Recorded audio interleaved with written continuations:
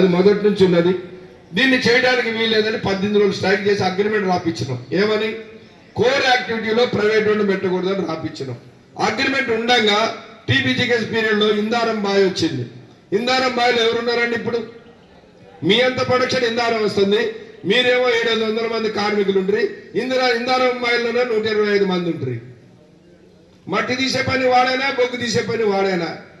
ఈ 5-6 సంవత్సరాల కాలం నుంచి ఎక్కడ ఓపెన్ కాస్ట్ టెండర్ పిలిచినా మట్టితో సహా బొగ్గు కూడా వాళ్ళకే ఇస్తున్నాం. ఎందుకంటే ఇటు యంత్రాలు కొనకుండా అటు కాంట్రాక్టర్లకు ఇచ్చి వాళ్ళ ద్వారా కమిషన్ కొట్టడానికి అది చేస్తుంది కంపెనీ. కాబట్టి ఇవాళ వీటి అన్నిటికీ కారణం మనకి డబ్బు రాకపోవడమే గవర్నమెంట్ నుంచి. కాబట్టి ఆ 51,000 కోట్ల రూపాయలు ఇవ్వాలనేది ఇప్పుడు డిమాండ్ పెట్టినాం. ఇప్పుడే ఎందుకు చేస్తున్నాం దీన్ని? ఇప్పుడు మీకు తెలుసు, మొన్న మేము ప్రారంభించింది 18వ తారీఖు నాడు, 19 నాడు ఉగాది, మళ్ళీ 2 రోజుల తర్వాత రంజాన్ వచ్చింది, మళ్ళీ రేపు ఎల్లుండో మళ్ళీ శ్రీరామనవమి వస్తుంది. ఇన్ని పండుగలున్నా మన కార్యకర్తలు వీళ్ళందరూ కూడా పాపం అవన్నీ పక్కన పెట్టి ఈ యాత్రలో తిరుగుతున్నారు. ఎందుకు? ఇప్పుడు అసెంబ్లీ జరుగుతుంది. ఈ అసెంబ్లీ జరిగేటప్పుడే మనం దీన్ని పెద్ద ఎత్తున చేస్తే అసెంబ్లీలో చర్చకు వస్తుంది. చర్చకు వస్తే ఏదన్నా మనకి పరిష్కారం దొరుకుతుంది. బుట్టెప్పుడు చేస్తే ఎవడు పట్టించుకుంటాడు? కాబట్టి అసెంబ్లీ జరుగుతుంది కాబట్టి ఇప్పుడు మనం దాని మీద పోరాట కార్యక్రమం చేయాలని చెప్పేసి ఈ కార్యక్రమాలు తీసుకున్నాం. కాబట్టి రేపు 30వ తారీఖు నాడు అక్కడ కొత్తగూడెంలో జరుగుతున్న దానికి మీరందరూ ఏమనుకుంటారంటే, మనం ఒక్కళ్ళమే కదా, మనం ఒక్కళ్ళం పోకపోతే ఏమైంది, వాళ్ళు చేస్తారు అనుకుంటారు. ఎవరి కాలం ఒక్కళ్ళమే. ఎవరే మోకపోతే ఏదో 100-200 మందో మన కార్యకర్తలతోటి మేము కూర్చుంటాం, చేస్తాం. కానీ అది గుర్తింపులోకి రాదు. కొన్ని వేల మందితో కనుక ఎడాపీసి ముట్టడి చేస్తే ప్రభుత్వాలకు కానీ మేనేజ్మెంట్కి కానీ అర్థమవుతుంది సింగరేణిలో ఉద్యమం ఇదవుతుంది. రేపు పరిష్కారం చేయకపోతే పెద్ద ఎత్తున గొడవలు దొరుకుతాయి అనేది వస్తే అప్పుడు ఏమైనా పరిష్కారం దొరుకుతుంది. కాబట్టి దయచేసి మీరు అందరూ కూడా రేపు 30వ తారీఖు నాడు జరిగేటటువంటి కార్యక్రమానికి రావాలి.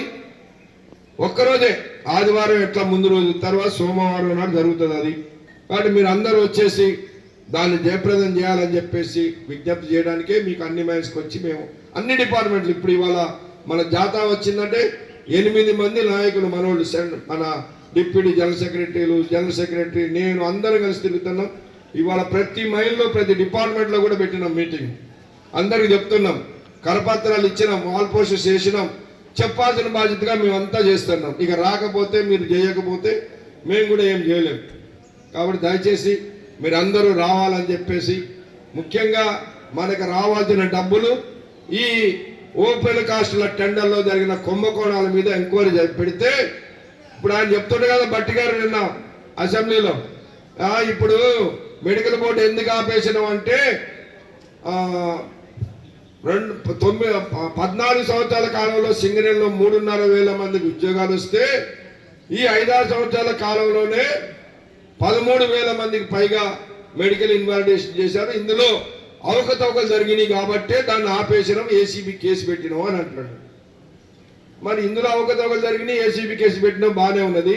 మరి టెండర్లలో అవకతవకలు జరిగినాయి కదా, నువ్వు ఒక పక్కన, ఇంకో మంత్రి ఇంకో పక్కన చేసుకున్నారు కదా, మరి దాని మీద ఎవరి చర్య తీసుకుంటావు? నువ్వు దిగిపోతావు, మంత్రిగా రాజీనామా చేస్తావా? మరి నీ మీద కేసు పెట్టాలా ఇప్పుడు ACB case?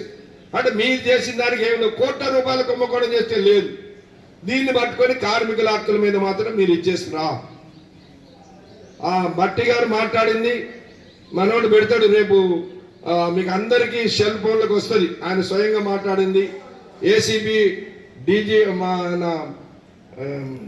DGP ACB DGP ఏం స్టేట్మెంట్ ఇచ్చిండు అవన్నీ మీరు చూడండి. దీన్ని బట్టి మీకు అర్థమవుతుంది ఎవరు చేసిండ్రు, ఏం జరుగుతుంది అనేది. కాబట్టి